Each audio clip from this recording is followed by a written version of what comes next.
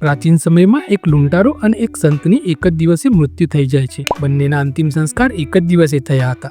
આ પછી બંનેના આત્મા યમલોકમાં ગયા। યમરાજે બંનેનો કાર્યોનો હિસાબ જોયો અને બંનેને પૂછ્યું કે તમારે તમારા કાર્યો વિશે કંઈક કહેવું છે તો કહે। લૂંટારાએ નમ્રતાપૂર્વક કહ્યું, ભગવાન, હું લૂંટારો હતો અને મેં આખી જિંદગી પાપ કર્યા। મારા કર્મોનું ફળ જે તમે મને આપો હું સ્વીકાર કરું છું। સાધુએ કહ્યું કે મેં આખી જિંદગી તપસ્યા કરી છે, ભગવાનની પૂજા કરી છે, મેં કોઈ ખોટું કામ નથી કર્યું। હું હંમેશા ધાર્મિક કાર્ય કરતો હતો, તેથી જ મને સ્વર્ગ મળવું જોઈએ। યમરાજે બંનેની વાત સાંભળી અને લૂંટારાને કહ્યું કે હવે આ સાધુની સેવા કરો, આ તમારી સજા છે। લૂંટારો આ કામ કરવા રાજી થયો, પણ આ સાંભળીને સંત ગુસ્સે થઈ ગયા।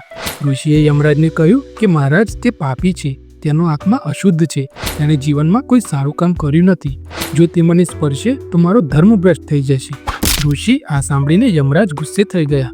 તેણે કહ્યું કે જે વ્યક્તિએ જીવનભર લોકોની હત્યા કરી, હંમેશા લોકો પર રાજ કર્યું, તેમનો આત્મા નમ્ર બની ગયો છે અને તમારી સેવા કરવા તૈયાર છે।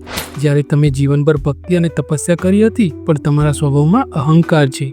મૃત્યુ પછી પણ તમારામાં નમ્રતા નથી આવી, તેના કારણે તમારી તપસ્યા અધૂરી છે। હવે તમારી સજા એ છે કે તમે આ લૂંટારાની સેવા કરશો।